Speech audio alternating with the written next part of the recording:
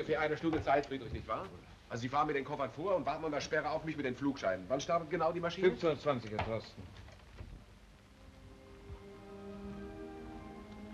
Seerosen. Es war ein ausdrücklicher Wunsch von Herrn Thorsten. Wir hatten Orchideen auf den Tisch gestellt. Wahrscheinlich etwas Persönliches.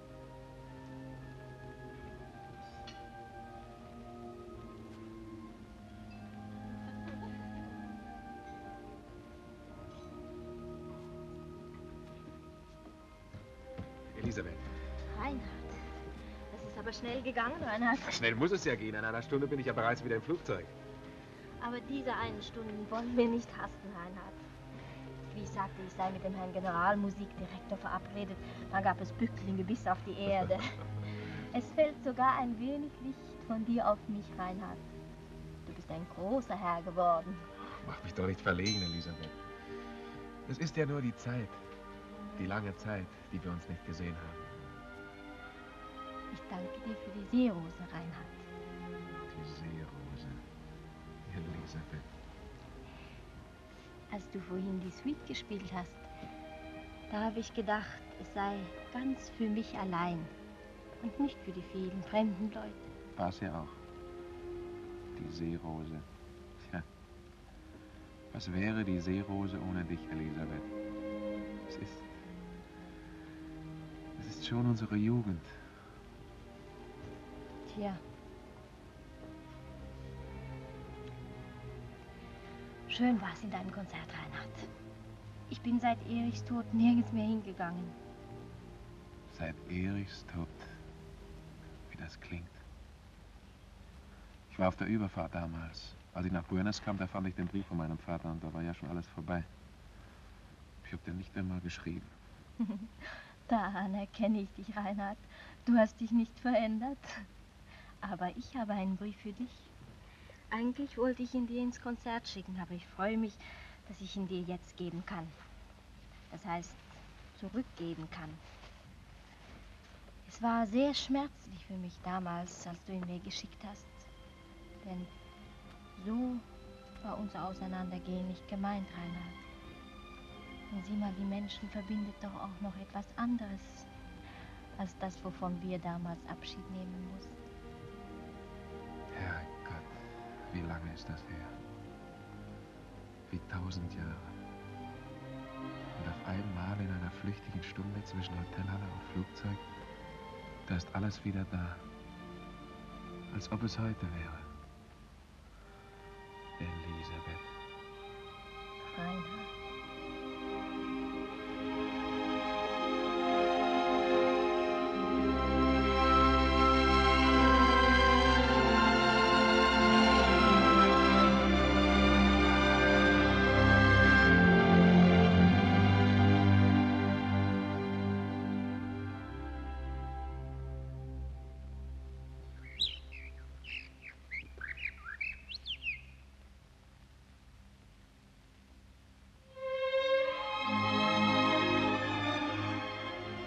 Die Sonne geht auf.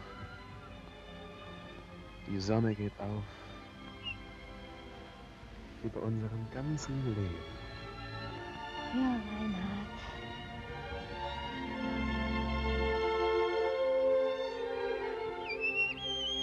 Reinhard. Die ganze Zeit schon war ich drauf, dass er lospfeift. Ein Domfach. Sieh mal, bis jetzt habe ich dich immer geweckt, früh morgens mit meinem Tisch. Und wenn ich jetzt weg bin, dann wird er es für mich tun. Und immer wenn er dann pfeift, dann bin ich es, Mr. Beck. Wie heißt er denn? Doch keinen Namen, er ist Dompfaff. Doch einen Namen muss er haben. Und kannst ihn ja Reinhard nennen. Reinhard heißt nur du. Aber lass mal. Wir werden schon etwas finden. Hat ich denn deine Mutter nicht gehört? Sie schläft noch. Komm, den Vogel stellen wir jetzt hierher. Ich muss dir was zeigen.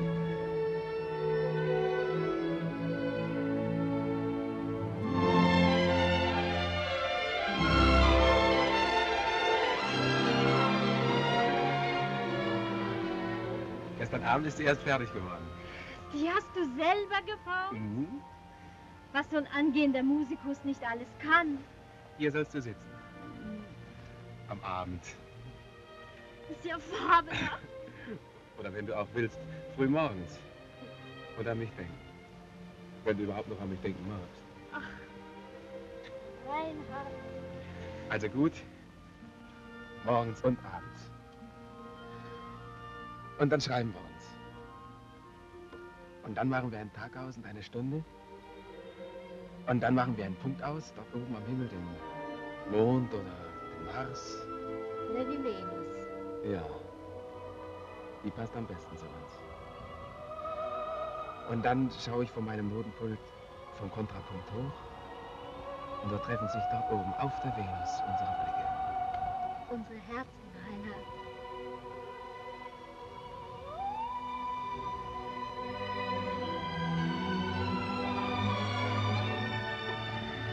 Elisabeth. Sieh mal da hinten, die Sonne. Da hinten möchte ich jetzt sein, wo die Sonne aufgeht. Und wenn du dann da hinten bist, wo du meinst, die Sonne geht auf, dann ist es wieder weiter. Und dann wirst du wieder sagen, da hinten möchte ich sein, wo die Sonne aufgeht. Und so kommen wir immer weiter auseinander. Ach, dann meinst du vielleicht, ich könnte hier sitzen bleiben, mein Leben lang? Das ist nichts für mich. Das ist vielleicht etwas für ein Erich, aber nicht für mich. Nee, ich muss raus. Ich muss die ganze Welt sehen, andere Länder, andere Menschen, immer wieder etwas Neues. Reinhard, ich kann das nicht hören. Es macht mir Bange. Meine Mutter würde sagen, ach. Was stöhnst du denn so? Was würde sie denn sagen? So sind die Zigeuner, würde sie sagen. Zigeuner? Was du da sagst? Ich sag's ja gar nicht. Ich meine ja nur, meine Mutter sagt das. Mach doch nicht gleich so wilde Augen. Ich will doch mit, wohin du gehst.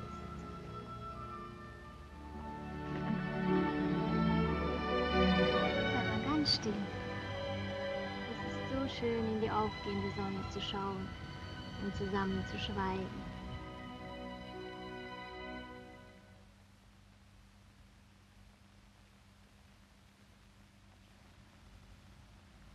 Du wirst frieren, Elisabeth. Ach, Erich, du schrickst uns ja. Ach, das wollte ich nicht. Ich wollte dich nur überraschen. Heute ist doch Reinhards letzter Ferientag. Den muss man ausnutzen. Ich wollte euch einladen auf heute Nachmittag nach Immenseehof. Kommt ihr? Ach nee, das geht ja gar nicht. So. Naja. Sei nicht böse, Erich, aber nachher, wenn Reinhard in der Stadt ist, dann habe ich doch Zeit genug, nach Immenseehof zu kommen. Heute Nachmittag fahren wir noch einmal mit Reinhards Vater durch den Buchenwald, unseren Weg zur Rehwiese.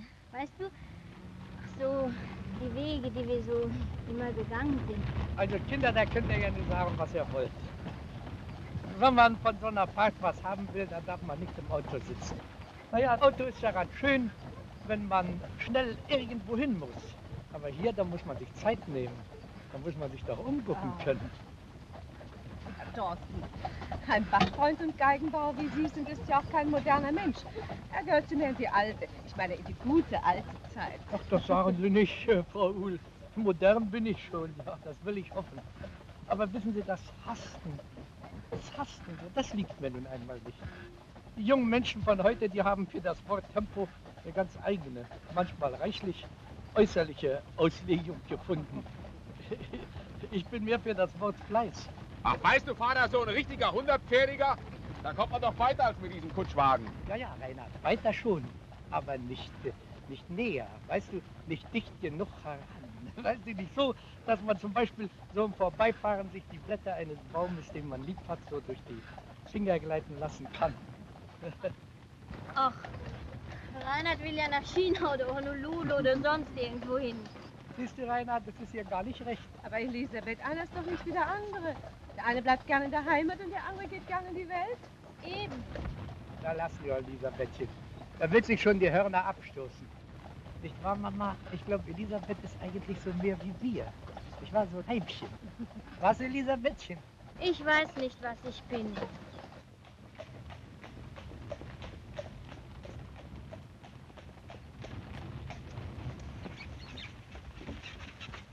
Na also. Papa, dein Wagen in Ehren, aber ich bin doch froh, wenn wir jetzt auf der Wiese sitzen können und erst mal Kaffee trinken. Wo willst du denn noch hin? Wir sind doch schon auf der Rehwiese. Ja, wollen wir denn nicht noch runter bis zum See fahren? Nein, nein, dort unten ist es für mich zu feucht. Man ist nicht mehr die Jüngste. Selbstverständlich. Na, also gut, dann bleiben wir am Trocknen.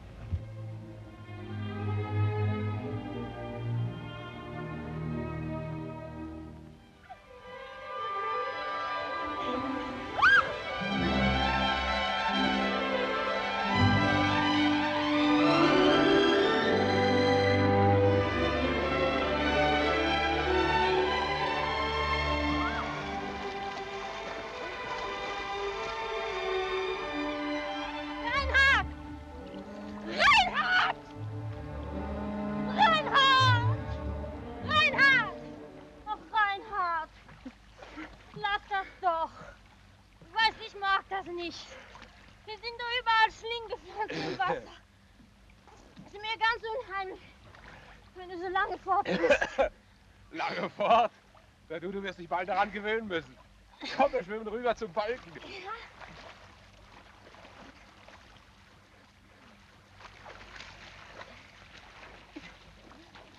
Es ist eigentlich nicht nett von uns, hier so direkt gegenüber von Immenseehof zu baden. Warum denn? Ach, der Erich wird doch traurig, wenn er das sieht. Ach nein! Du sollst nicht den Balken so drehen. Angsthase! Ach, Angsthase. Ich hab doch keine Bademütze. Ich kann doch nicht mit nassen Haaren zum Kaffee kommen. Wir müssen übrigens zurück. Ach, lass die alten Herrschaften noch unter sich. Wir schwimmen jetzt raus in die weite Welt. Und die erste Station ist die Seeroseninsel. Nein, eben nicht zu den Seerosen. Ich will das doch nicht. Die schlingen sich um die Beine und halten einen fest. Auf Wiedersehen! Reinhard! Du sollst nicht zu den Seerosen! Hast du Angst um mich? Ja, das ist lieb von dir. Seerosen sind deine Lieblingsblumen, ich weiß. Und heute ist unser letzter Tag. Reinhard! Reinhard, wenn du nicht umkehrst, dann schwimme ich zurück. Dann gehe ich allein zu den anderen. Reinhard, du sollst zurückkommen! Nicht ohne Seerose! Voll! Du bist gemein.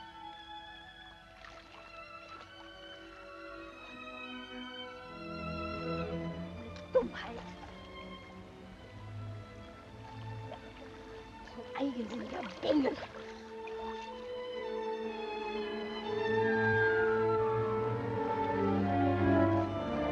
So eine Gemeinheit. Die verfluchten Dinger, die halten mich rechts gehen fest.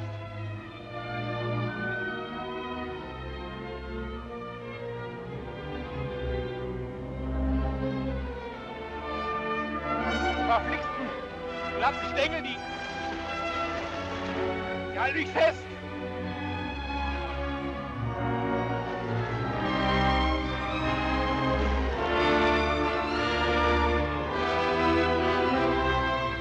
Es tut mir leid, Elisabeth, aber ich komme ohne Seerose. Elisabeth!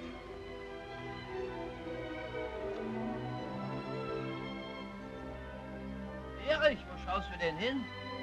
Komm bloß zur Rehwiese rüber. Was gibt's denn da zu sehen? Nichts weiter, Papa. Reinhard und Elisabeth sind drüben. Feiern Abschied. Du bist nicht dabei? Sie wollen mich wohl nicht haben. Sie wollen allein sein. Und da schaust du hinüber wie so ein Ritter Toggenburg. Wer mich nicht haben will, nach dem werde ich doch nicht ausschauen. Muss stolz bleiben. Wird ja nicht mehr lange dauern, dann habe ich das alles hier ausgestanden. Dann sehe ich mir die Radieschen von unten an. Aber Papa, du hast manchmal eine Art. Ja, soll ich weinen? Dann wirst du der Herr sein vom Immenseehof. Du musst stolz sein, Erich. Papa, wer wird denn vom Sterben reden? Ist ja noch nicht so weit. Leider doch. Ich kann ja kaum mehr sitzen. Ich gehe gar nicht gerne weg von dieser schönen Erde. Aber Papa, Wie hieß das doch? Die Menschen werden immer älter, die Beine werden immer kälter, denn Sterben ist des Lebens Schluss. Der Junge kann, der Alte muss. Elisabeth! Elisabeth! Ich bin böse. Nicht böse sein, Elisabeth. Dazu haben wir heute keine Zeit. Morgen um diese Zeit bin ich schon in Hamburg, auf dem Konservatorium. Morgen beginnt das Leben, Elisabeth. Morgen beginnt das Leben. Ohne mich. Ich bringe dich doch zur Bahn morgen früh. Nö, Elisabeth. So früh gehören kleine Mädchen noch ins Bett. Ach, weißt du, ich mag das nicht. Abschied auf dem Bahnhof. Wo Vater, Mutter und Brüder auf dem Bahnhof stehen mit Taschentuch und Gewinke. Und so schreib auch mal eine Postkarte. Na ja, du kennst das ja. Nee, das ist nichts für mich. Na komm. Wir sagen uns ganz allein adieu. Wir sagen uns ganz allein auf Wiedersehen, Rainer. Nicht wahr? Elisabeth. Muss doch nicht weinen. Nicht weinen, Elisabeth. Ein bisschen darf ich schon. Damit's mir leichter. Wenn ich denke, dass du mich morgen früh nicht mehr wecken willst wie immer. Mit deinem Pfiff. Das wird von morgen ab ein anderer tun, Elisabeth.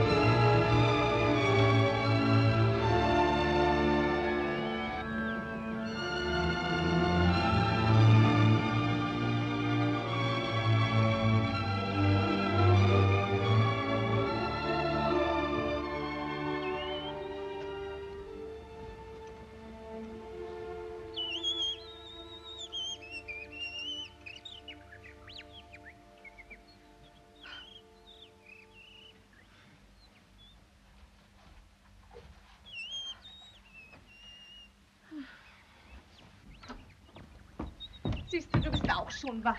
So ein Vogel gehört ja auch nicht ins Schlafzimmer. Er schreibt ja das ganze Haus wach. Das ist ja nicht traurig, Elisabeth. Ich habe nichts gegen den Vogel, aber er muss ihm runter ins Wohnzimmer. Du brauchst dich nicht zu verbergen. Elisabeth, ich weiß schon, was du hast. Aber glaub mir, so eine Trennung hat auch ihr Gutes. Sieh mal, man darf sich nicht zu früh binden. Du kennst ja noch nichts von der Welt und vom Leben. Und auf dich wartet vielleicht noch etwas Besseres. Ich will nichts Besseres. Es gibt nichts Besseres auf der Welt als Reinhard. Ja. Ach, das denkt man immer. Aber glaub deiner Mutter. Seine Trennung hat wirklich ihr Gutes. Warte doch erst einmal ab, wie Reinhard denken wird, wenn er auf Urlaub kommt. Er wird doch einmal kommen, zu Weihnachten oder in den großen Ferien. Nein. Nein? Er kommt nicht? Doch. Er kommt schon früher.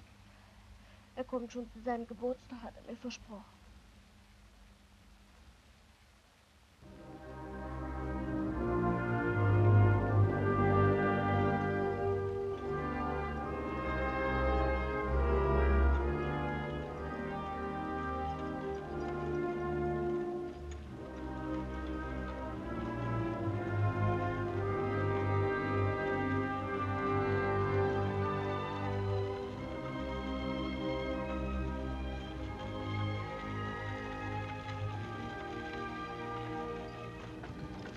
Caro,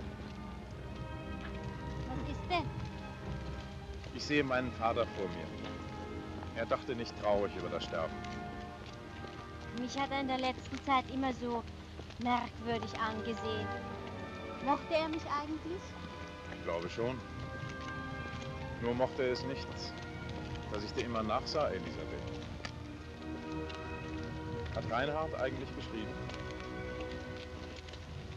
Weißt du denn, wann er mal kommt? Aber Kinder, sprecht doch nicht so viel.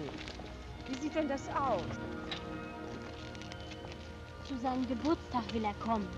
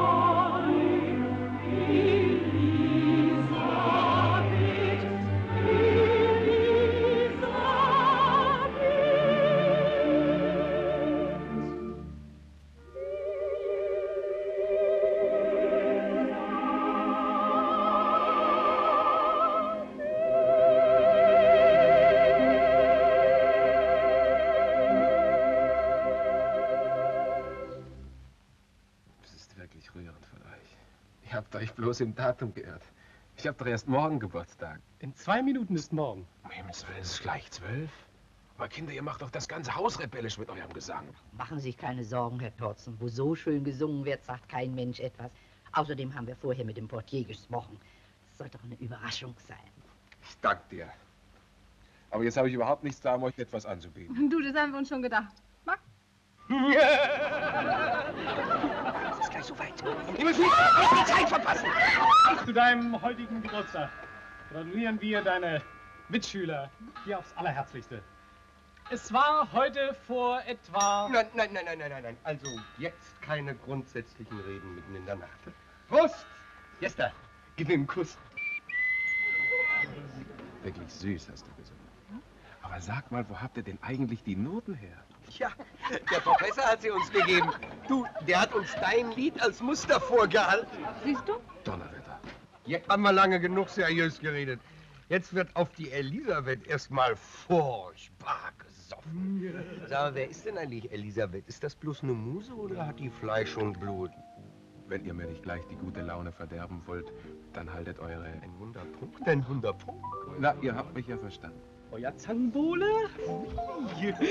Gemischt mit pikanten Gesprächen über Kunst und Liebe, das ist so was für mich.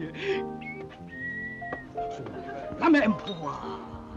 Apropos Flamme, wer ist denn nun eigentlich diese Elisabeth? Also nun lass das doch schon mit Elisabeth.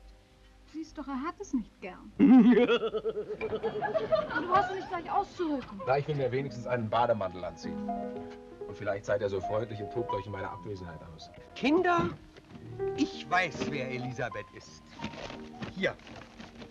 Erst am Geburtstag zu öffnen. Die Goldene Wirtin wollte es natürlich schon morgen übergeben, aber ich habe ihr gesagt, heute ist der Geburtstag. Absender? Elisabeth, wohlverstanden Elisabeth Uhl, Immensee. Aber Werner... Ich spiele ein bisschen lauter, damit er uns nicht hören kann. Moment mal. 12 Lieder an Elisabeth? Was? Das ist ja eine scharfe Sache. Gleich 12 auf einmal, im Dutzend sind sie wohl billiger. Die Holzbank am See, Elisabeth, ein Wurmpfaff und ich, als ich die Seerose brechen wollte. Rüsslein, Weißrüsslein auf dem Wasser. Ich habe euch gesagt, das ist eine scharfe Sache. Kinder, du wirst nicht geschmacklos, ja? Das ist indiskret. Legt's wieder hin. Wieso? Wieso denn indiskret? Das sind doch keine Liebesbriefe. Vielleicht doch. Wieso? Brauchst nicht gleich eifersüchtig zu werden, Jester. Ach, lass das Getatsche nach. Schade. Spiel mal. Liebchen, kommen diese Lieder jemals wieder dir zur Hand?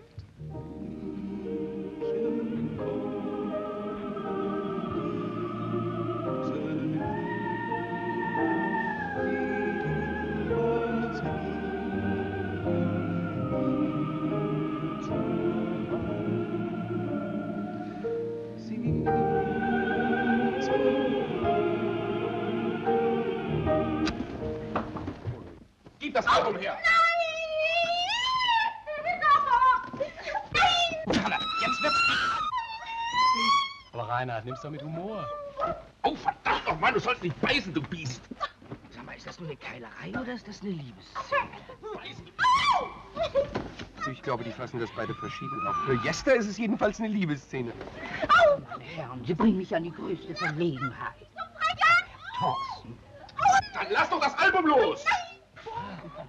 Für Sachen. Ja, lass doch diese albernen Zacken. Das Buch her! Ich finde, der Spaß geht zu weit.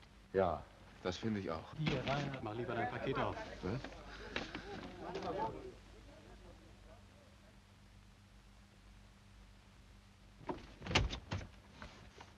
Geburtstagskind feiert nebenan Solo.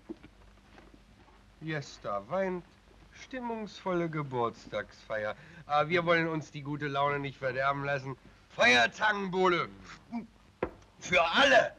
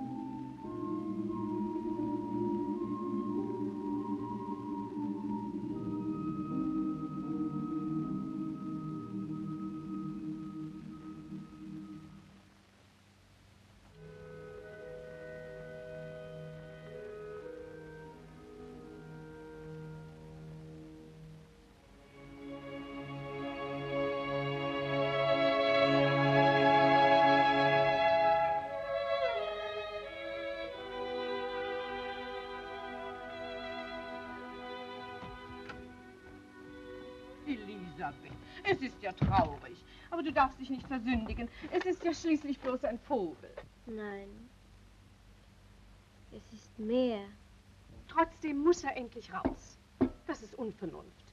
Und außerdem, wie sieht das aus? Wir erwarten Erich. Wenn er jetzt kommt und du stehst immer noch da und weinst um deinen toten Vogel. Ich weine ja gar nicht. Also jetzt geh endlich raus und gab ihn ein. Sonst tue ich es. Ich tue es schon.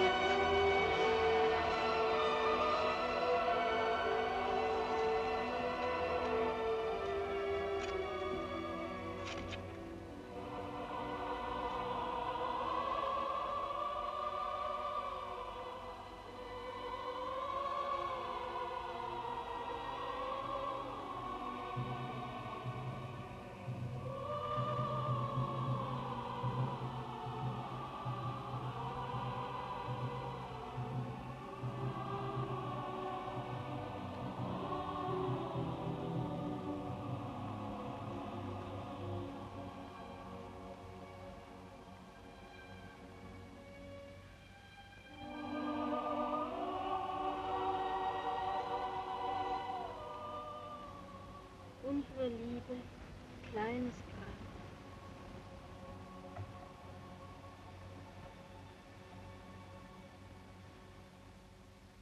Sie war ja so traurig über den kleinen Vogel. Sie muss gleich zurück sein. Aber es ist mir sehr lieb, dass ich sie noch einen kleinen Augenblick allein habe.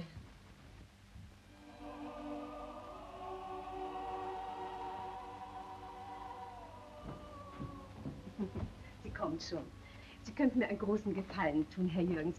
Ich hätte so gern ein Bild von Elisabeth. Und Sie zeichnen doch so hübsch. Man könnte sie ja auch fotografieren lassen. Aber so eine Zeichnung hat doch mehr was Persönliches. Es ist so ein künstlerischer Schmuck für ein Zimmer. Na, aber gern, Frau Uhl, wenn ich Ihnen eine Freude damit mache. Ich denke, Sie kommen dann so in der Woche 1-2 Mal vom Immenseehof herüber.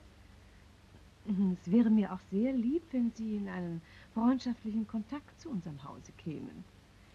Das Kind ist mir zu viel allein. Sie meinen, seit Reinhard weg ist?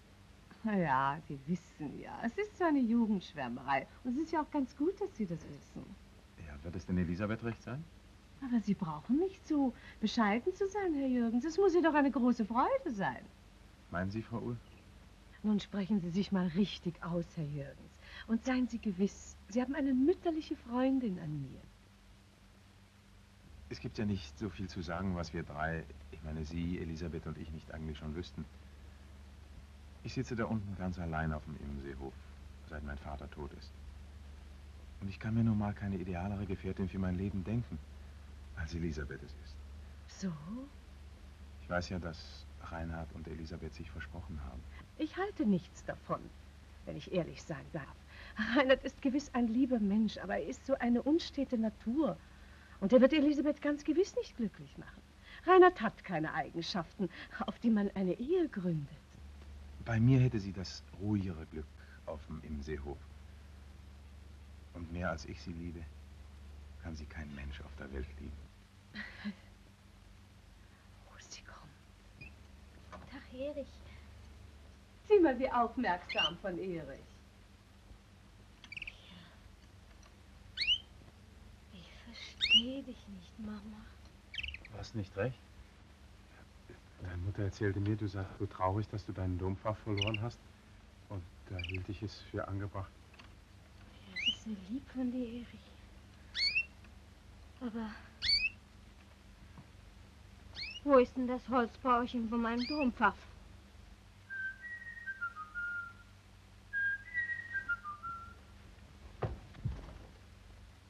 Reinhard!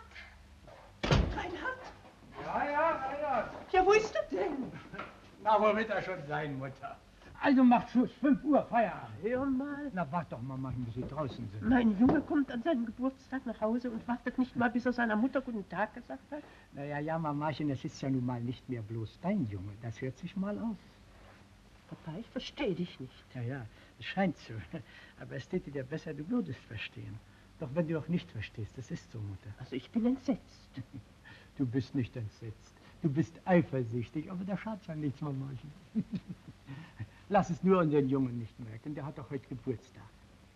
Ich bin ja so glücklich, dass du wieder da bist und dass du Wort gehalten hast. Aber du bist ja gar nicht froh. Fehlt dir was? Ich kann den gelben Vogel nicht leiden.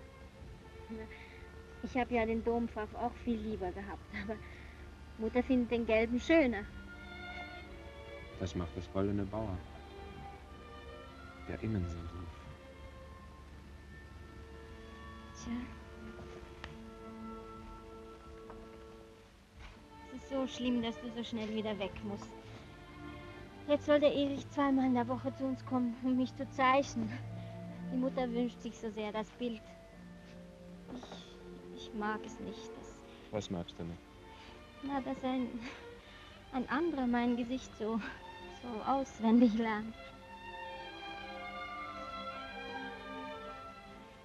Ich habe mich oft bei deinem Vater über dich beschwert, weil du so untreu bist. Oh, Elisabeth, was sagst du da? Na, dein Vater meint, du hättest keine Zeit mehr für solche Kindereien. Oh. Warum hast du eigentlich nie geschrieben? Ich habe an dich geschrieben. Oft. Aber nur so, wie ich eben schreiben kann. Das ist doch gar kein Brief. 12 Lieder für Elisabeth? Reinhard.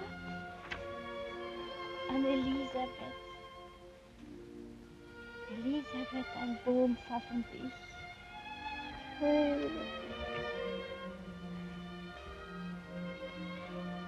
Elisabeth, jetzt habe ich eine Bitte an dich. Wirst du sie heute Abend singen? Diese Lieder?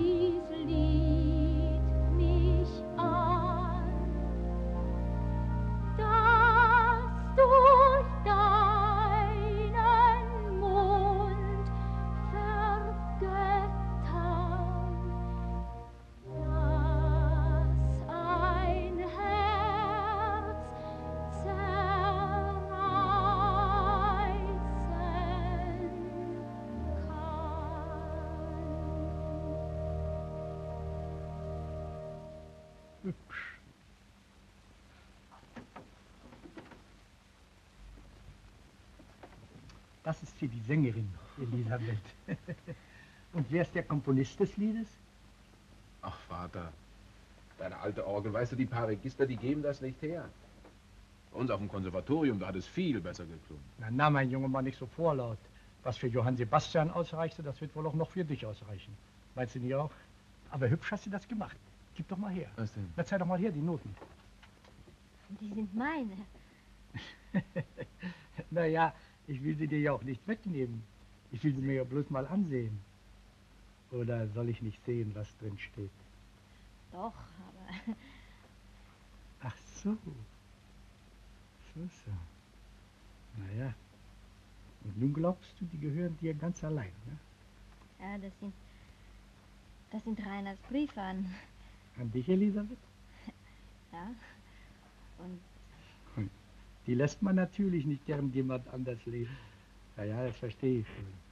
Na also gut, dann packt man eure Privatkorrespondenz zusammen. Und setzt euch ein bisschen zu mir. Elisabeths Mama und Erich, die kommen auch gleich.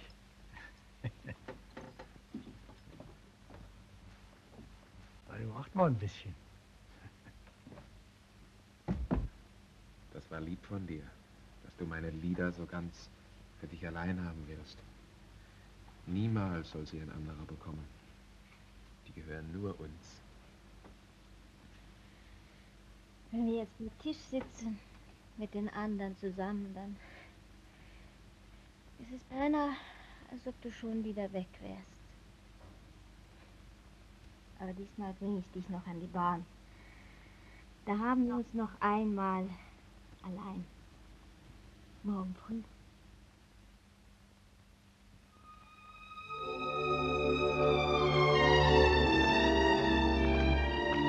Elisabeth, ich möchte dir gerne etwas sagen.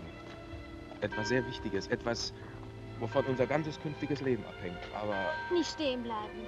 Frau Marie schlägt's doch schon 6. Du kommst zu spät. Wir werden uns jetzt lange nicht wiedersehen. Wirst du mich genauso lieb behalten wie jetzt, wenn ich wieder zurückkomme? Schon. So? Ich habe dich ja auch verteidigt. Mich? Gegen wen hattest du denn das nötig? Gegen meine Mutter. Wir haben gestern Abend noch sehr lange von dir gesprochen. Sie sagt, du bist nicht mehr der Alte. Was? Sie meint, nicht mehr so, wie du gewesen bist. Elisabeth, meinst du das auch? Nein. Komm, wir müssen gehen. Da kommt doch schon dein Zug. Ach was, der hält schon auf eine Weile.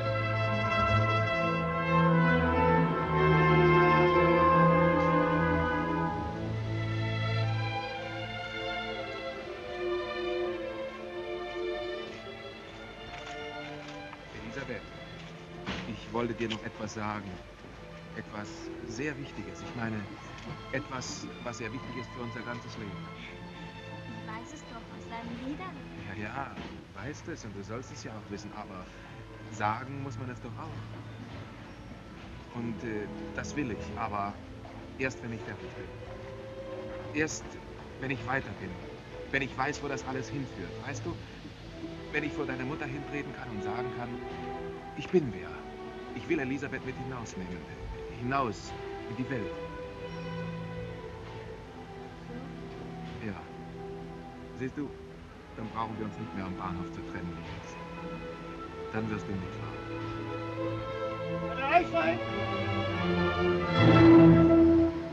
Freust du dich darauf?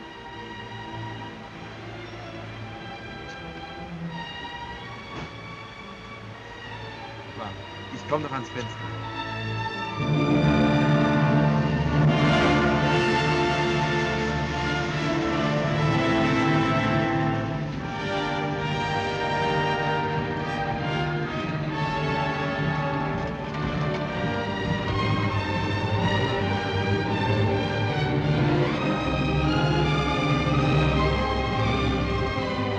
Ach, ich danke dir, Elisabeth.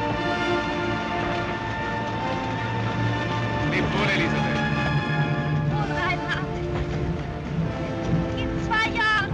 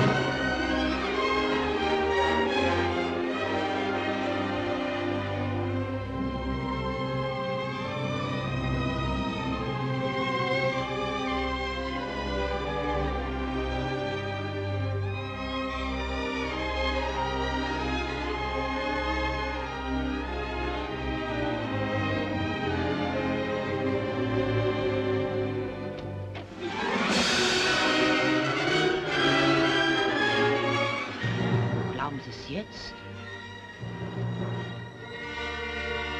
Kommen Sie mal.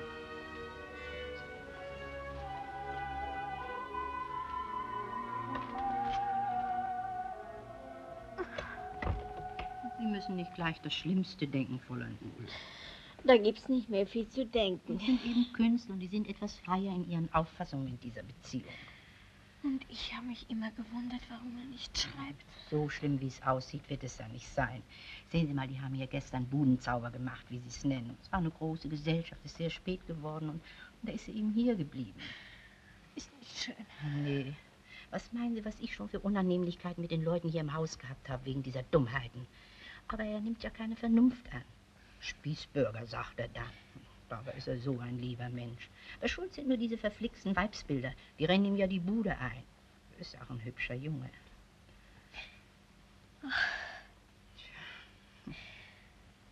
Ist es denn oft so? Was? Sie müssen mich nicht fragen, ich kann so schlecht lügen. Ist schon gut. Wo ist er denn jetzt? Er probt im Konservatorium für die Abschlussprüfung. So. Ich habe eine Bitte an Sie. Ja, Sagen Sie Herrn Thorsten nicht, dass ich hier gewesen bin. ja. Wollen Sie denn gehen, ohne ihn zu sehen? Natürlich.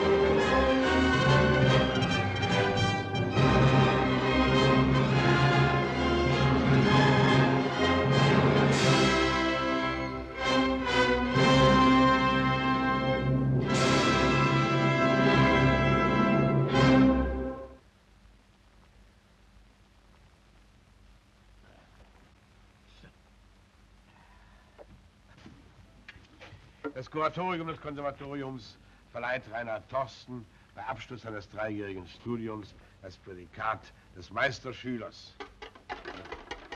Als Prämie für die beste Kompositionsarbeit wird ihm als erster von den 3 Preisträgern, die sich auch hier unter euch befinden, in Anerkennung seiner ganz besonderen Fähigkeiten ein Stipendium für die Dirigentenhochschule in Rom zuerkannt.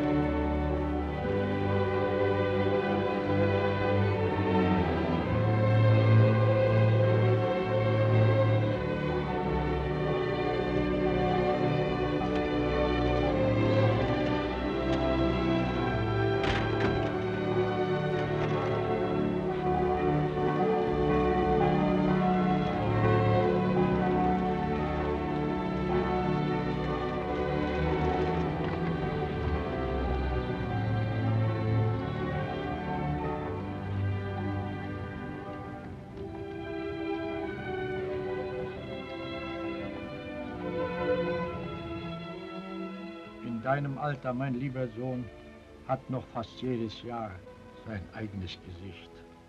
Denn die Jugend lässt sich nicht ärmer machen. Hier ist auch manches anders geworden, was dir wohl wehtun wird, wenn ich dich sonst recht verstanden habe. Aber Papa muss ihm das jetzt sagen, wo er eben sein Stipendium bekommen hat. Ihr muss es doch wissen, Mama. Du stell dir vor, der Junge kommt nach Hause und erfährt es von anderen. Aber Elisabeth wird ihm doch geschrieben haben. Aber Mama, wie stellt sie denn das eigentlich vor? Natürlich hat ihm Elisabeth nicht geschrieben. Lass mich nur machen, ich weiß schon. Gestern hat Erich mit Elisabeth Hochzeit gehalten. Er hatte zweimal vergebens um sie angehalten, seit er nach seines Vaters Tode Herr auf Immenseehof geworden ist. so gut ich mir auch vorstellen kann, wie sehr dich deine Arbeit ganz gefangen hielt, so hättest du doch Elisabeth darüber nicht ganz vergessen sollen. Ich bin sehr stolz auf die hohe Auszeichnung, die du empfangen hast, dein dich liebender Vater.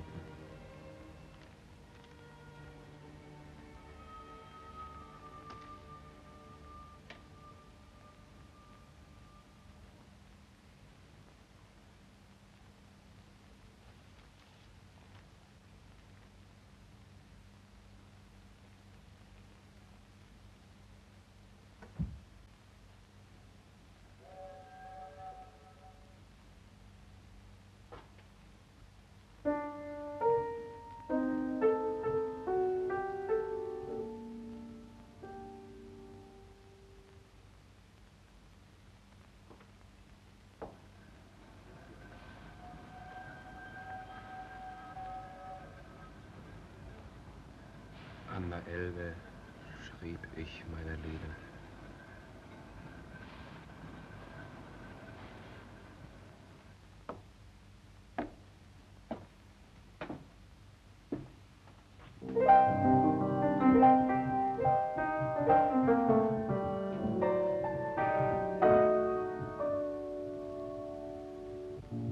Fließet viel geliebte Lieder zum Meere der Vergessenheit.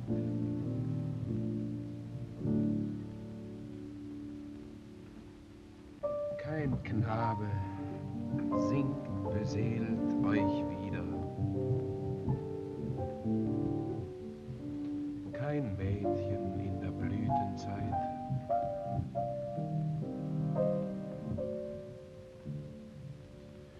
Ihr sanget nur von meiner Liebe.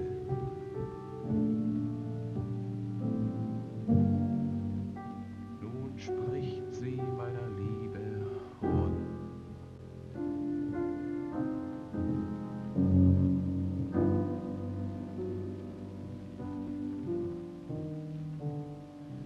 Ihr wart ins Wasser eingeschrieben.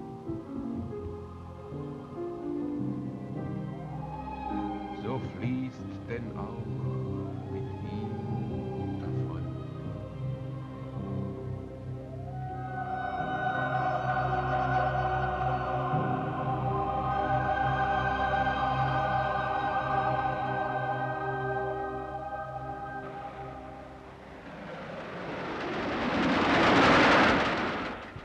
Wie weit ist denn noch bis Immensee? Wir sind gleich da. 5 Minuten. Da werde ich dir mal die Koffer runterholen. Hat einer von euch einen Briefumschlag? Ja. Willst du auch einen Bogen? Nein. Was soll denn das? Tja, ich hab's mir überlegt. Ich fahre mit euch durch. Meine Herren, das ist ja eine scharfe Sache. Gestern machst du uns verrückt, wir knien beinahe vor dir, damit du gleich nach Italien mit uns durchfährst und jetzt plötzlich wieder nicht? Ja, plötzlich wieder nicht.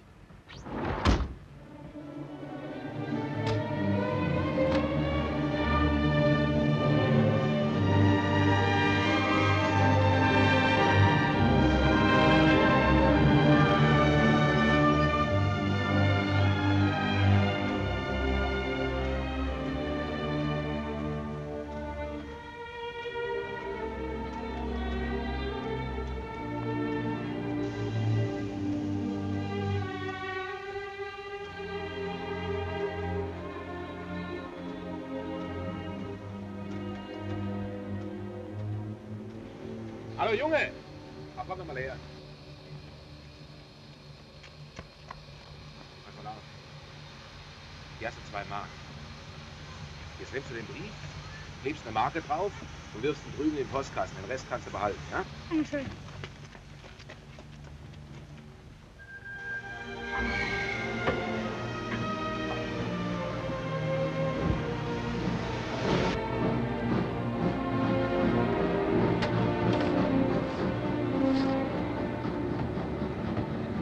Also, das hätten wir geschafft. Wir fahren wieder. Wo bleibt der? Bleib doch sitzen. Lass doch das Fenster zu, sei nicht so neugierig. Vielleicht ist er doch noch ausgestiegen. Ach, unsere Koffer, Hut und Mantel sind doch noch da. Ja, vielleicht läuft er uns nach. Vielleicht schreit er von draußen, dass wir ihm Koffer und den Mantel rausschmeißen sollen. Dem ist doch alles zuzutrauen.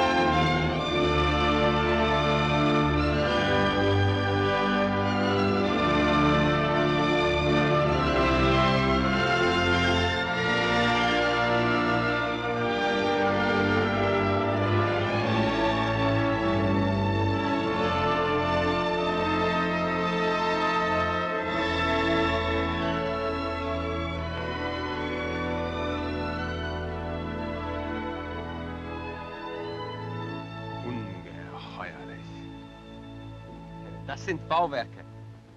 Die sind alle aus einer Glaubensinbrunst entstanden. Haben wir ja gar nicht mehr. Wieso nicht? Wir haben eben unseren Glauben, Werner. Hast ganz recht. Ich glaube an Bach, Beethoven, an die Unvollendete, an die Neunte, an das Lied, an die Freude.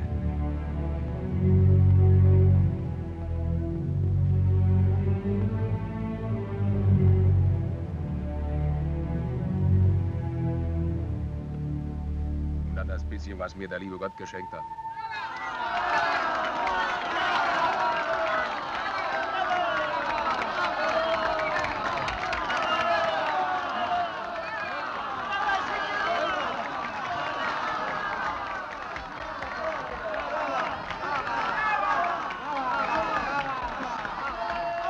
Himmlisch hast du heute gesungen.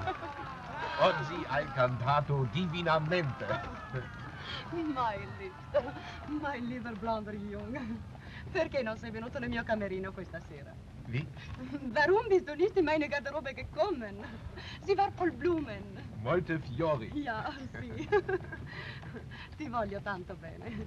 Ogni ora che passa lontana da te mi pare un'ora perduta.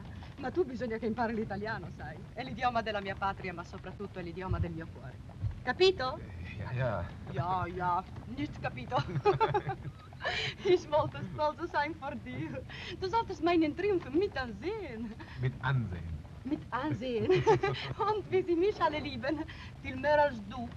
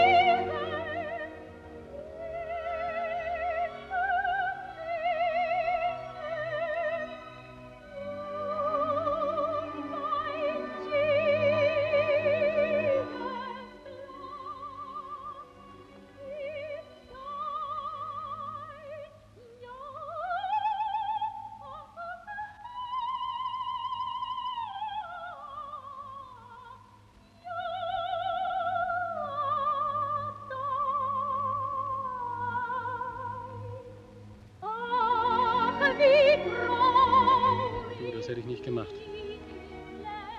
Diese Variationen, die passen gar nicht zu dem Lied. Das hat einen ganz italienischen Charakter bekommen. Das bist du ja nicht mehr, das ist wie Verdi. Sicher, dass sie das Lied so verändern würde? Davon hat sie mir kein Wort gesagt. Das ist ja allerhand. Die Frau singt doch fabelhaft. Aber das ist nicht mehr mein Lied. Das ist nicht Elisabeth. Nee, das ist Lauretta.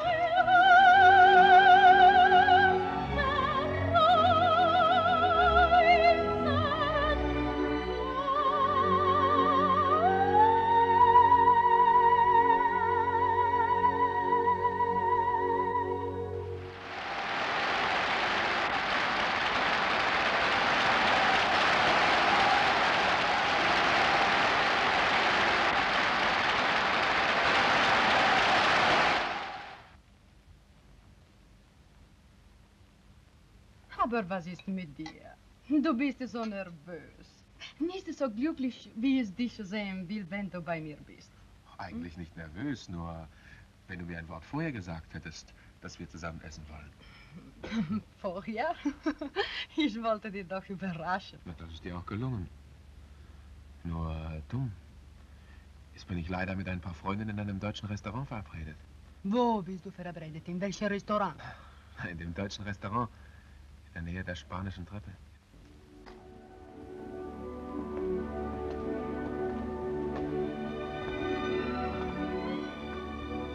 Felicissima notte.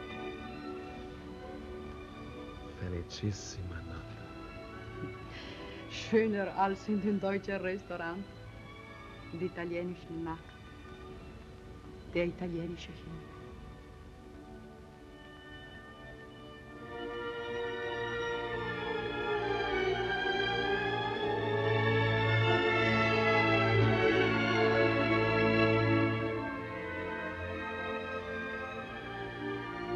Anima mia.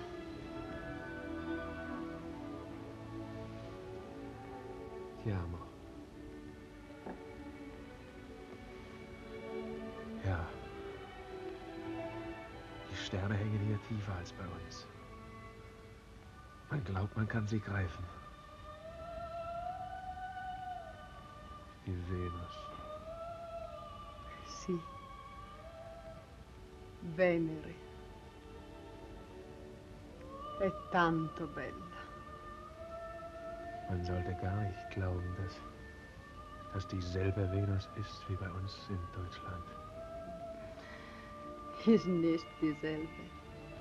Ist eine andere Venus. Ist der Stern der Liebe.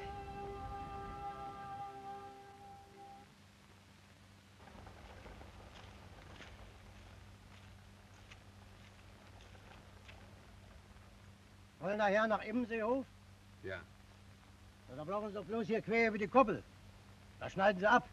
Ja, ich weiß. Ich kenne den Weg. Aber ich hab's nicht so eilig.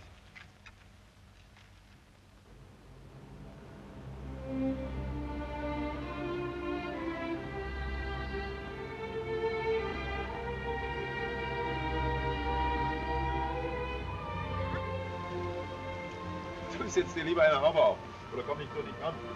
Heute sind sie böse, die Bienen. Der Buchweizen blüht. Ach, mir tun die Bienen nicht, Erich. Du bist jetzt das Paradies. Du hast ganz recht. Hier schmiegt der Löwe sich ans Lamm. Na, so habe ich es ja nun auch nicht gleich gemeint. Elisabeth, Ja? etwas bedrückt mich hier in meinem Frieden. Na, was denn, Erich? Ob du auch so glücklich bist wie ich. Aber Erich, warum fragst denn das? Grob gesagt, du machst dir zwar einen ganzen Tag im Haus zu schaffen. Und dann gibt's einen kleinen schwesterlichen Blick für mich. Aber trotzdem, ich frage mich manchmal, Na, was fragst dich denn? tja, Na, was denn, Erich? Ich will dir antworten. sieh mal auf dem Rad da oben. Da stand gestern einer drauf auf einem Bein und überlegte, ob er sich hier anbauen sollte. Und ich dachte mir, du bist ja doch ein fremder Vogel. Und er hat sich's dann noch wieder überlegt und flog weiter. Der langstelzige Ägypter. Ach, Erich, sieh mal, ich habe doch selbst das Rad dort oben setzen lassen. Er wird schon bleiben eines Tages. Nicht in diesem, dann im nächsten Jahr. Herr Jötz, es ist angespannt. Ich muss zur Fabrik rüber. Kommst du mit? Nein, fahr alleine, ich komme bald zurück. Ich habe doch alle Hände voll zu tun.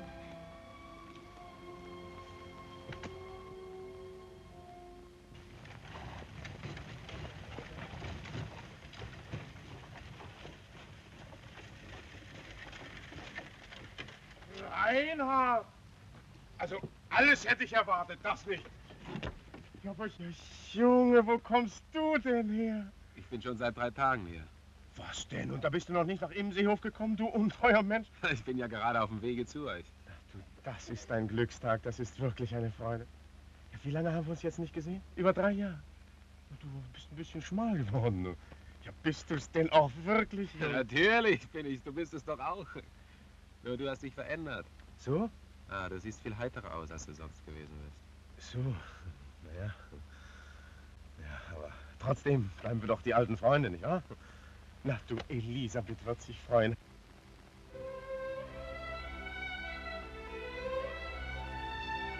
Elisabeth!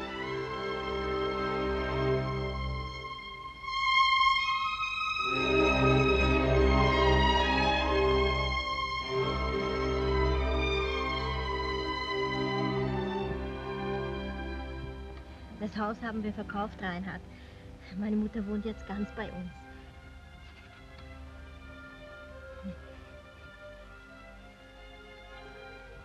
Die Bank. Erich. Tja, ich glaube, wir haben jetzt genug Bilder angesehen. Ja, finde ich auch. Wir haben überhaupt genug von uns erzählt. Von dir erzählst du gar nichts. Hast du denn gar nichts erlebt in Italien? Tja, auch von Italien, da könnte ich euch schon sehr viel erzählen. Aber dazu müsste ich wohl einen ganzen Abend haben. Ich glaube, wir müssen das auf einen späteren Zeitpunkt verschieben. Tja, meinen Besuch, den habe ich wohl schon ziemlich lange ausgedehnt. Zu Hause werden sie auf mich warten. Mit dem Essen. Ja, aber du wirst doch jetzt nicht schon gehen. Kommt doch gar nicht in Frage. Elisabeth, nur sag doch ein Wort. Wir haben ja noch nicht mal auf sein Kommen angestoßen. Du, ich werde dir mal was vorsetzen, was du bestimmt noch nicht getrunken hast. Was, Elisabeth? Hier, koste mal. Das heißt, erst musst du mal riechen. Na, du weltbewanderte Seele, die an allen Quellen genascht hat. Was ist das? Ein Likör? Ja, aber was für einer? Ich meine, welche Marke? Ich bin kein Fachmann, ich würde es für einen guten alten Benediktiner halten. Hörst du, Elisabeth? Reinhard versteht was, das ist ein Weltmann. Prost. Prost. Und jetzt werde ich dir auch verraten, was du getrunken hast. Einen echten Jürgens. Jürgens? Ja, einen echten Erich Jürgens. Wo früher die alte Scheune stand. Da steht jetzt unsere neue Spritfabrik. Eine kleine Destillierabteilung haben wir auch schon eingerichtet. Und das hier sind die ersten Versuche. Ich sage dir, dieser Tropfen hat eine Zukunft. Wir werden noch große Leute. Du musst nicht denken, dass du nur alleine berühmt wirst. Wie beredt du bist, Erich. Ich kenne dich ja gar nicht wieder. Ja, ich habe ja inzwischen auch das große Los gewonnen. Aber das weißt du ja. Wie lange willst du denn in Imsee bleiben? Meine ersten Konzertverträge beginnen erst im Herbst. So lange müsst ihr mich schon noch hier behalten. Und bis dahin machst du Ferien? Ist ja großartig. Ach, Ferien, ich habe doch zu arbeiten. Du, das kannst du doch nirgends besser als hier bei uns. Ist doch überhaupt ein Unsinn, dass er da unten in der heißen Stadt hockt. Zieh zu uns rauf. Wir richten dir das alte Inspektorhaus im Garten ein. Nicht wahr, Elisabeth? Den Flügel bringen wir runter. Da kannst du komponieren, musizieren, so viel du willst. Da stört dich kein Mensch. Elisabeth. Ja, sehr, sehr freundlich von dir, Erich. Aber meine Eltern sind ja auch noch da. Oh, die können doch so oft sie wollen raufkommen. Siehst du, das ist doch eine Idee. Ja, Elisabeth, du sagst ja kein Wort. Nun lad ihn doch ein und bitte ihn, bei uns zu bleiben. Hm?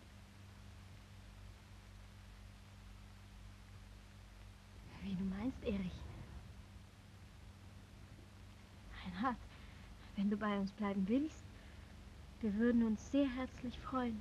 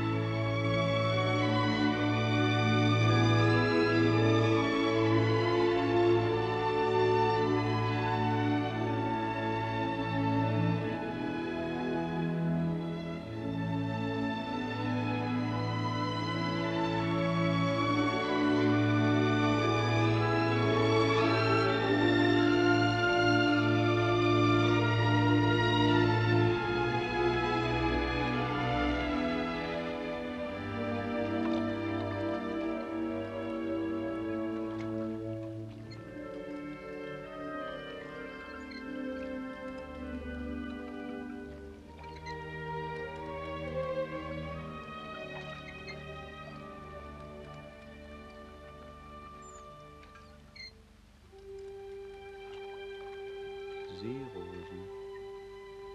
Erinnerst du dich?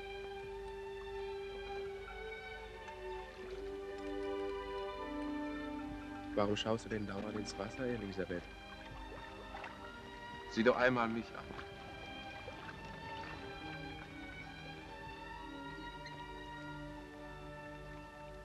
Unser Schweigen ist gefährlich, Elisabeth. Glaubst du nicht auch?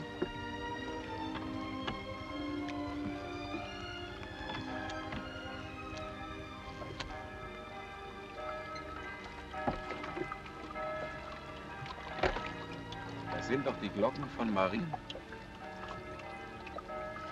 Wie klar die heute herübertönen. Deine Hochzeitsglocken.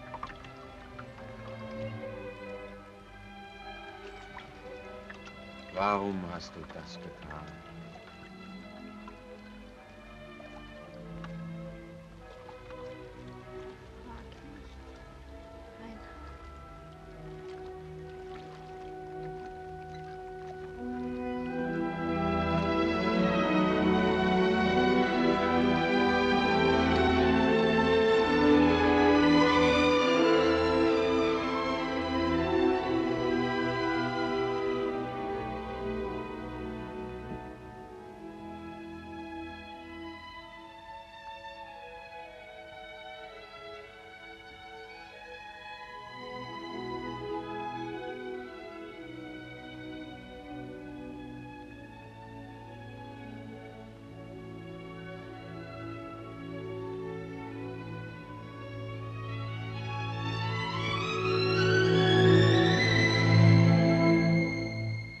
Klopfst du nicht an, wenn du in mein Zimmer kommst? Ich habe angeklopft. Du hast es wohl nicht gehört. So versunken warst du in unsere Briefe und das Bild. Das Bild gehört natürlich nicht in euer Album. Der Dompfaff auch nicht. Der passt nicht in das goldene Bauer. Wem gehört nun eigentlich mein Bild? Weiß ich nicht. Wo ist denn Erich? In der Stadt. Und wir sind beide ganz allein, wie früher? Er hat Mut. Kann er denn so sicher sein, Elisabeth? Das dürfen wir nicht mehr. Was suchtest du denn in meinen Briefen?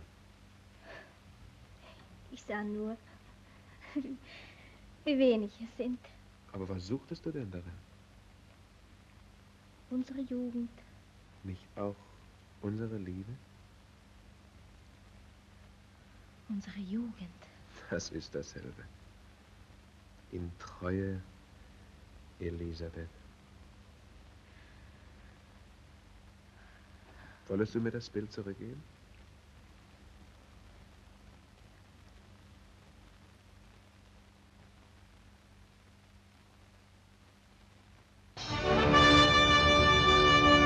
Über unseren Köpfen, im Gebälk des Neubaus, flattern heute die Bänder am Kranz des Richtfestes. Und wir, die wir diese Mauern aufgerichtet haben, möchten heute Ihnen, verehrter Bauherr, und Ihnen, verehrte Bauherrin, nach altem Handwerksbrauch unseren Richtespruch aufsagen. Darf ich mal? Augenblick. So wie er hier in Kleinem vor Ihnen steht, wird er einst groß und herrlich stehen. So, Sie können sich jetzt wieder hinsetzen. Und weit über den Immensee hinragen, als ein Wahrzeichen des Fleißes und des Aufbaues, mit dem Sie die heilige Frucht Ihres Feldes neuen Zwecken dienstbar machen. Ich meine die Kartoffel. Sie haben erkannt, dass das eine Frucht ist, die Spiritus hat, Geist. Und auf den Geist kommt es an. Und wenn hier erst einmal die Maschinen stehen werden, dann kommt es nicht bloß darauf an, diesen Geist aus der Kartoffel rauszuquetschen. Nein, dann wird es Ihre Aufgabe sein, die Frucht unserer Arbeit hinauszuschaffen in Fässern und in Flaschen als Antrieb für die Maschinen bei der Arbeit. Und sehr richtig, wenn ich so sagen darf, in veredeltem Zustande, in Form von Brandwein. Auch als Antrieb für frohe Menschen in fröhlichen Stunden.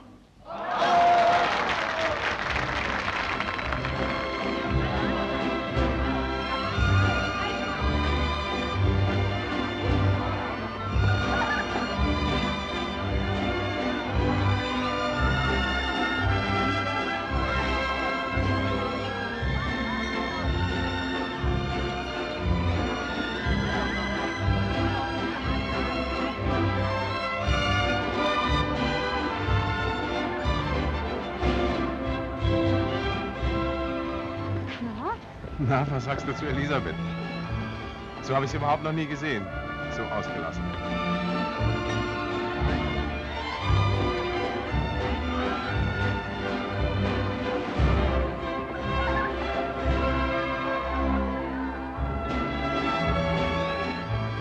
Tanzt du denn gar nicht, Erich? Nein, ich kann nicht tanzen. Ich habe noch nie getanzt in meinem Leben.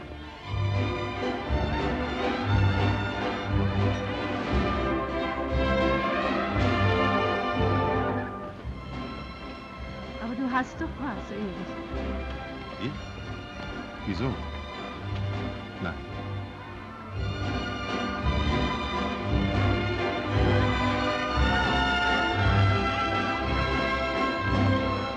Ich weiß schon, was ich tue, Mama. Was tust du denn?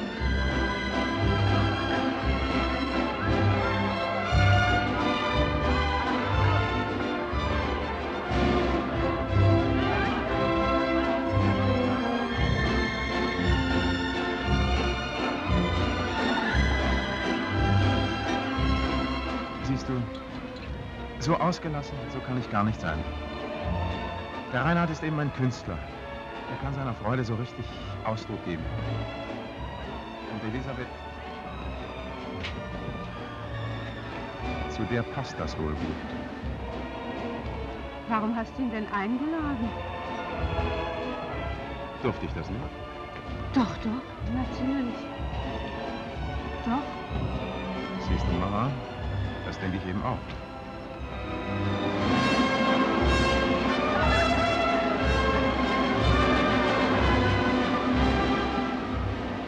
Elisabeth ist schöner, wenn sie so glücklich ist.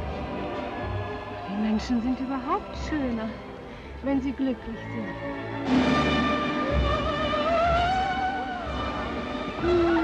Mir ist schwindlig.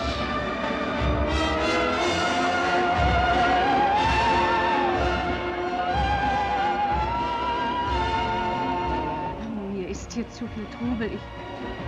Ich muss drüben noch alles vorbereiten, wenn wir nachher hinübergehen wollen. Ja, schon wunderbar.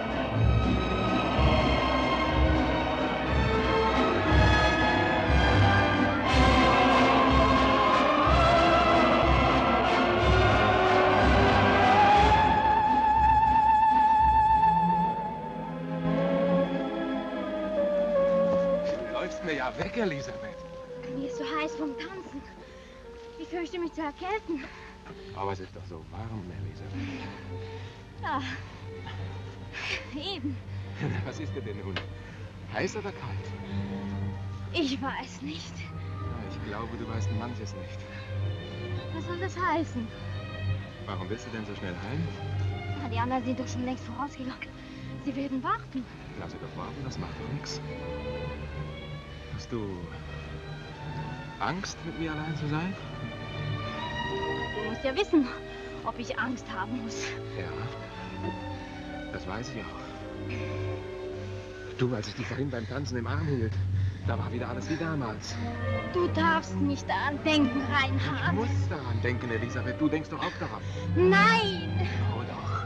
Du, Nein. ich wünsche, dieser Tanz, der hätte niemals ein Ende genommen. Er muss aber ein Ende haben, Reinhard. Warum, Elisabeth? Reinhard. Elisabeth, wenn ich dich jetzt fragen würde, Elisabeth, willst du mit mir kommen, hinaus in die Welt? So, wie du es mir einmal versprochen hast. Du, ich habe ein Recht darauf, dich so zu fragen. Was würdest du mir darauf antworten? Elisabeth! Die Mutter ruft.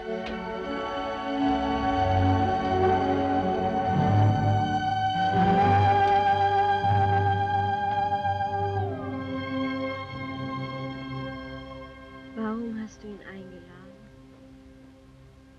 Er stand immer zwischen uns. Auch als er nicht da war, Elisabeth. Ist es nicht so? Siehst du? Man kann sein Glück nicht ertrotzen. Aber es geht jetzt nicht um mein Glück. Es geht nur um deins. Und in diesen Tagen habe ich es zum ersten Mal aufleuchten sehen in deinen Augen. Durch Reinhard.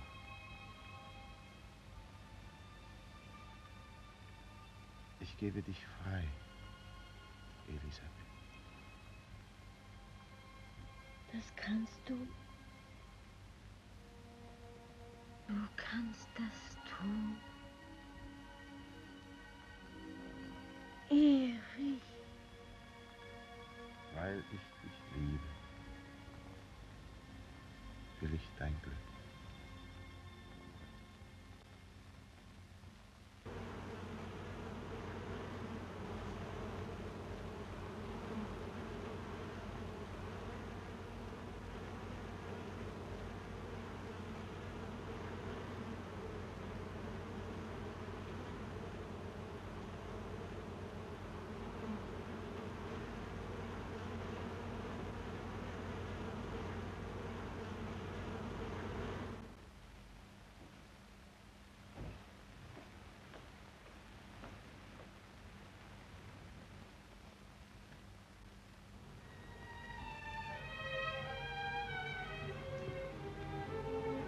Schaust dir die Bienen an?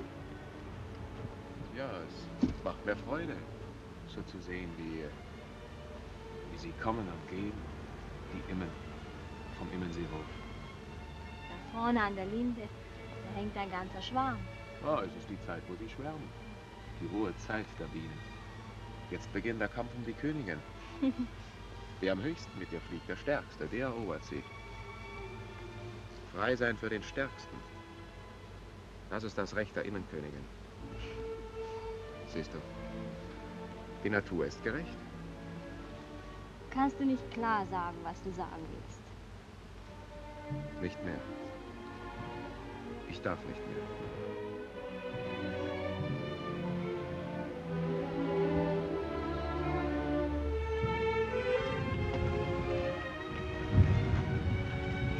Warum haben Sie nicht den gelben Wagen genommen? Die gnädige Frau fährt lieber mit dem schwarzen Wagen. So. Ich fahre allein in die Stadt. Soll ich nicht die gnädige Frau fragen, ob was mitzubringen ist? Vielleicht ist was abzuholen, beim Schlächter oder beim Kaufmann. Nein, lassen Sie nur. Ich mache das schon selber. Sie können hier bleiben. Ich bin am Abend zurück. Reinhard, ich bin frei. Erich hat mich freigegeben heute Nacht. Für immer. Elisabeth, weißt du, was du da ausgesprochen hast? Oh ja. Ja, dann bist du meine Elisabeth? Nein. Er ist der Stärkere. Jetzt weiß ich es. Elisabeth, du willst dich opfern? Dein Glück? Dein Leben? Mich? Deine Liebe?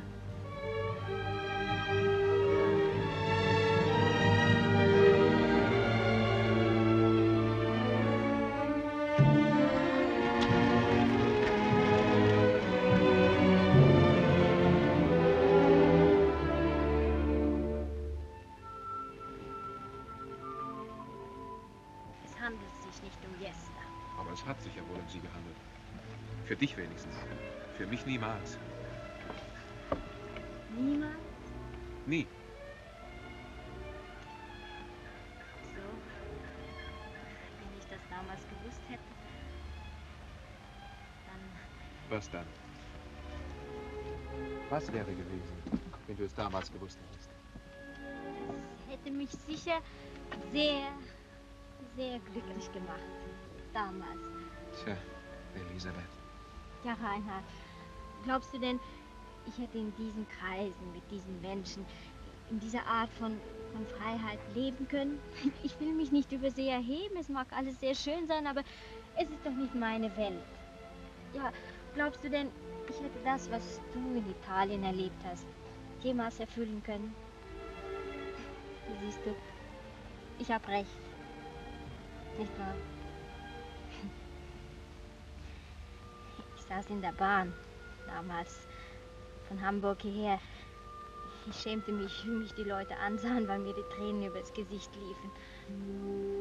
Ich nahm Abschied von dir, Reinhard. Ich nahm Abschied von dem, was mir das Liebste im Leben war. Elisabeth. Ja, siehst du, ich hatte an allem erkannt, dass wir nicht zusammengehören, dass unsere Lebenswege niemals die gleichen sein können. Siehst du, du gehörst hinaus in die Welt. Du musst heute in Hamburg sein und morgen in Rom und übermorgen in Athen oder sonst wo. Und dich lockt immer das Neue und ich... Und du, Elisabeth? Ich bin festgewachsen. Hier. Festgewachsen. Hier. Tja. Und jetzt, Elisabeth? Jetzt liebe ich Erich.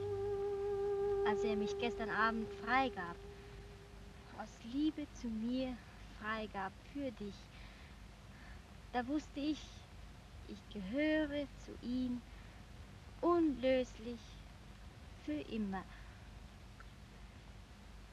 Und darum müssen wir heute Abschied nehmen voneinander.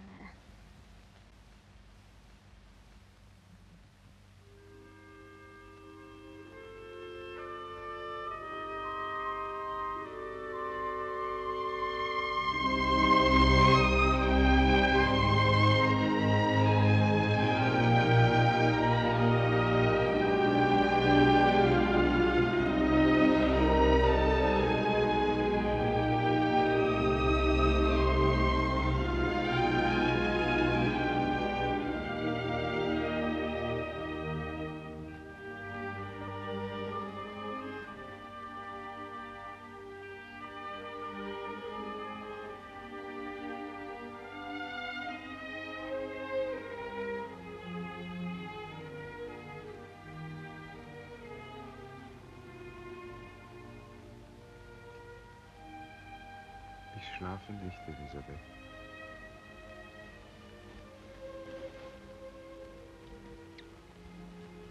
Vergib mir. Ja.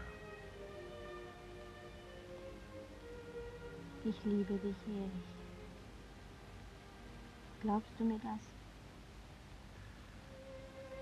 Ich glaube dir alles, Elisabeth.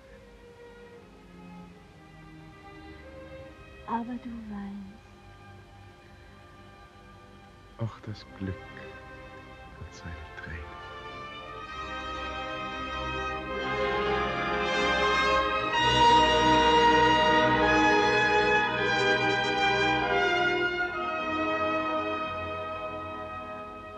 Meinem lieben Reinhard in Treue, Elisabeth. Nein, es kommt mir nicht zu, das Bild zurückzunehmen. Doch. Wir waren treu, beide. Du deiner Arbeit, dem Stern, den du gefolgt bist, der ganzen Welt, der du gehörst. Und ich meiner kleinen Welt, in der ich festgewachsen bin und meinen Pflichten, die ich seit Erichs Tod auf mich genommen habe, um das zu erhalten und weiterzubauen, was er angefangen hat am Immensee. Und so wollen wir treu bleiben. Alle beide. Auch wenn wir jahrelang nichts voneinander hören, wenn die Meere und Erdteil uns trennen. Treu unserer Jugend, treu uns selbst.